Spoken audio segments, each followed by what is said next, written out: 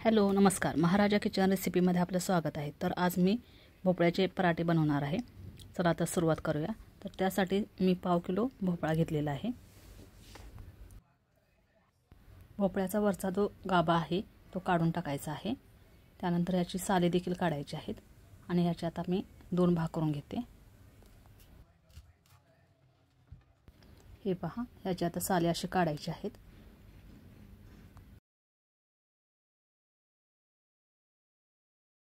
ह्याची अशी पूर्ण साले काढल्यानंतर ह्याला आपण खिसणीने खिसून घ्यायचे आहे।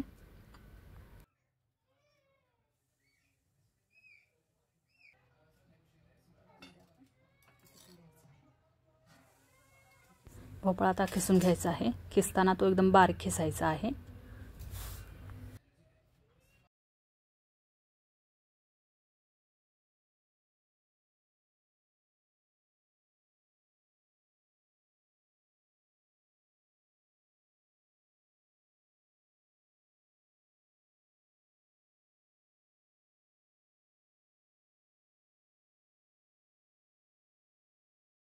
हे पहा, भोपळा आता पूर्ण खिसून झालेला आहे। तर यासाठी काय काय साहित्य लागतं ते पाहू। तर यामध्ये आपण मिक्सर घेतलेला आहे। मिक्सरमध्ये 2 ते 4 मिरच्या घेतलेल्या आहेत। त्यानंतर लसणाच्या पाकळ्या 4 ते 5, आल्याचे तुकडे, ओवा अर्धा चमचा, सोप अर्धा चमचा, धने अर्धा चमचा,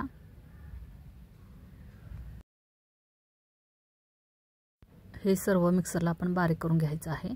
आता हे आपण बारीक केलेलं आहे। त्यानंतर आता हे यामध्ये ॲड करायचं आहे। हे तुम्ही खलबत्त्यामध्ये ठेचून घातलं तरी चालेल।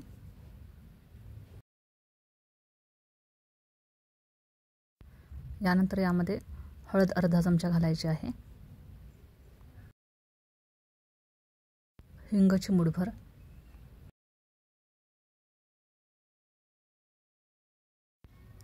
तीळ 1 चमचा घालायचा आहे, जिरे अर्धा चमचा घातले तरीही चालेल। यानंतर यामध्ये गव्हाचं पीठ घालायचं आहे। तर हा मी 1 मोठा चमचा घातलेला आहे। भोपळ्याला पाणी सुटत असतं, तर त्या पाण्यामध्येच आपण हे पीठ मळून घ्यायचं आहे आणि लागल तसं थोडं थोडं गव्हाचं पीठ मिक्स करायचं आहे आणि गव्हाच्या पिठाचा एक डो बनवून घ्यायचा आहे। आणखीन अर्धा चमचा मी पीठ घेते। भोपळ्याला पाणी सुटत राहतं, त्यामुळे थोडं थोडं घ्यायचं आहे पीठ आपण। टेस्टसाठी अर्धा चमचा मीठ घालायचं आहे आणि त्यानंतर आता हे सर्व मळून घ्यायचं आहे। थोडंसं पाणी शिंपडते।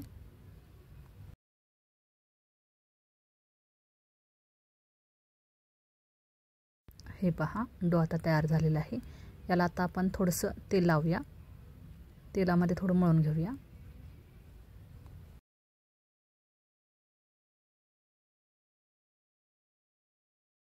आता आपण पराठे बनवायला सुरुवात करायचं आहे। तर त्यासाठी मी याचे 2 ते 3 छोटे छोटे गोळे बनवून घेते।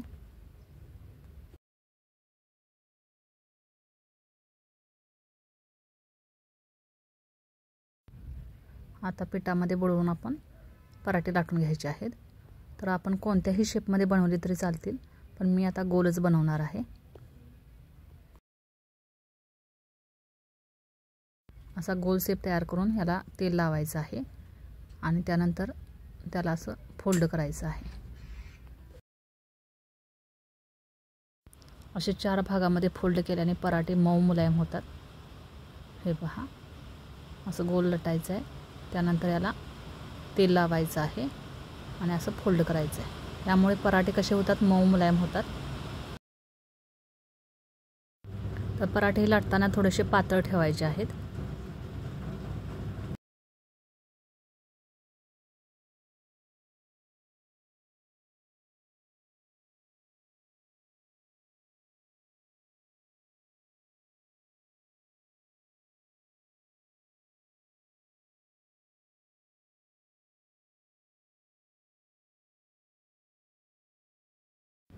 असे आपण सर्व पराठे लाटून घ्यायचे आहेत।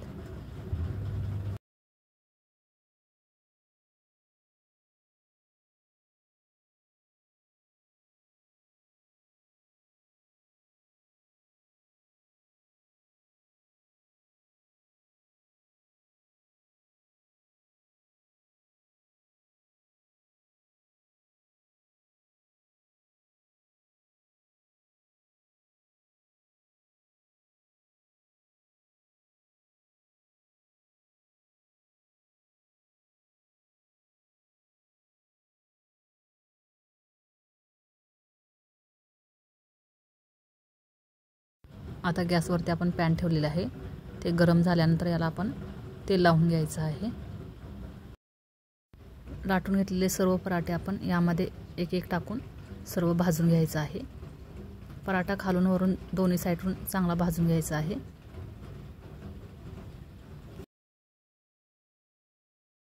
दोन्ही साईडला तेल लावून घेऊया। तेल किंवा तूप लावलं तरीही चालेल। पराठ्याला तूप लावताना पराठा खाली उतरवूनच मगच त्याला तूप लावायचं आहे।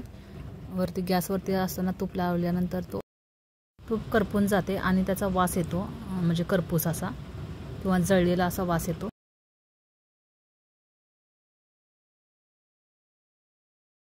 हे पहा, आपला आता पराठा तयार झालेला आहे। असेच सर्व पराठे आपण भाजून घ्यायचे आहेत आणि गॅसची फ्लेम आपण मीडियम ठेवायची आहे। मीडियम फ्लेमवरती सर्व पराठे आपण भाजून घ्यायचे आहेत।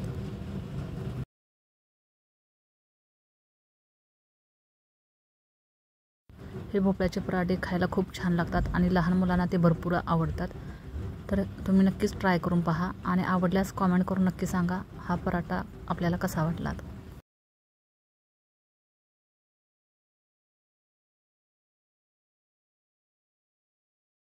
वेट लॉससाठी जेवणामध्ये असे पराठे बनवला तरीही चालेल।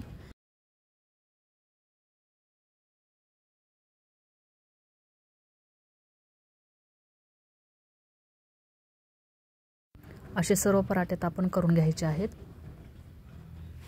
आपले पराठे आता तयार झालेले आहेत। तर यानंतर आपण